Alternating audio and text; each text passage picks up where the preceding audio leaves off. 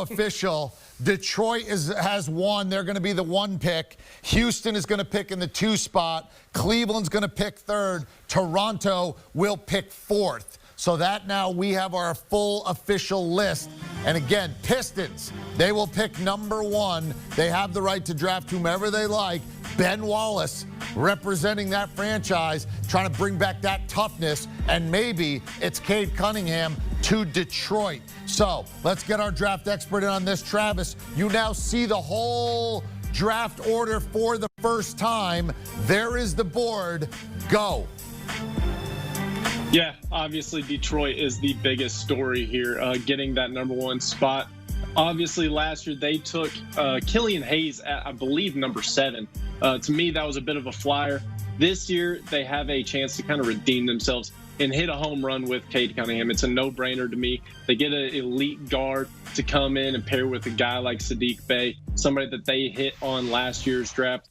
Obviously, it is nothing but celebration going on in Detroit right now. I'm just curious, if you're the Cade Cunningham team, would you rather play for Detroit or for Houston, knowing that you're a Texas kid, your family's based in Texas? No state income tax. Yeah, there's a lot of things to like about that.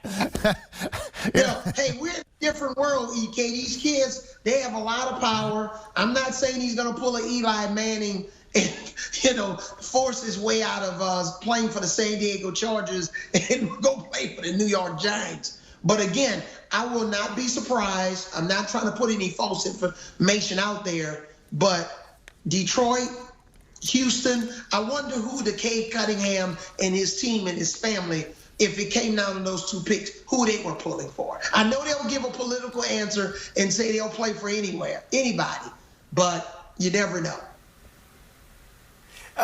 Listen, I can answer Avery's question, I think. There's no doubt in my mind that Cade Cunningham's family and Cade Cunningham would prefer to be in Houston, Texas, as opposed to Detroit, Michigan, for a number of reasons. Most obviously because he is from Texas. But if you're Detroit, you don't let that move you at all. I'm not suggesting that Cade Cunningham would make any kind of demand, but even if he did, try to make some sort of demand. I don't want to go to Detroit. I'd rather go to Houston. If you're Detroit, you don't flinch. You don't let that move you. If you believe, like most people do, that Cade Cunningham is the best prospect in this draft, you select him and then you make him feel at home. The NBA is filled with players who are flourishing in markets, I promise you, when they were 19 years old, they never thought they would want to play in. If you're Detroit, this is simple. You take Cade Cunningham and then you make him feel like Detroit is the place that he wants to be. Not to refute that point, but the tea leaves reading right now that a former first overall pick, maybe not necessarily too happy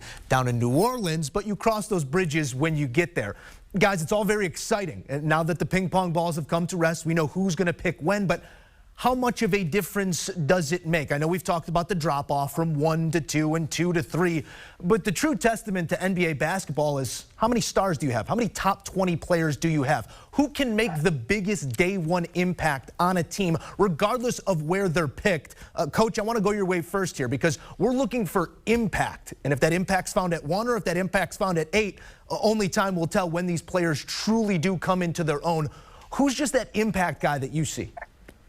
Oh, I like Jalen Suggs. Outside of Cade Cunningham, I think Jalen Suggs is the next impact guy. And right now it would be the Houston Rockets. The Houston Rockets, you can't really trust John Wall's injury history.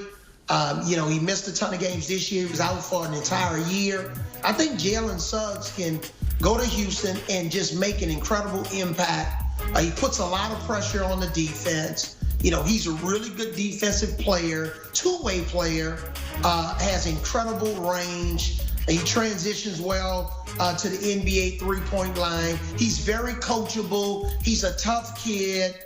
This kid knows how to play through adversity. He played on the biggest stage of college basketball. We had a front row seat, Gary and I, in Indianapolis. When he played in the Final Four and also in the championship game. I think he still has something to prove.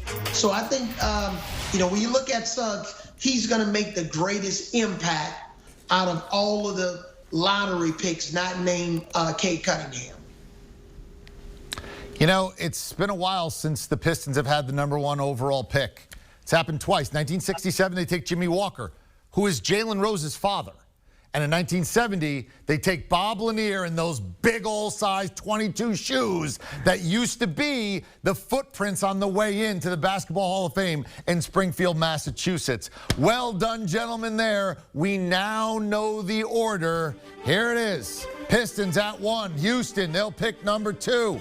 Cleveland, they'll be in the 3 spot. Toronto moved up unexpectedly in 4. You would think the Orlando Magic probably had the worst night of all the teams. They could have been much higher, but they end up at 5. And there you see 6 through 11, including the Warriors, who get the touchdown and extra point, picking 7 and then again. Do you want a sports network that delivers everything that matters about the game? The highlights, the picks, the instant analysis, no yelling, no fake debates, no politics.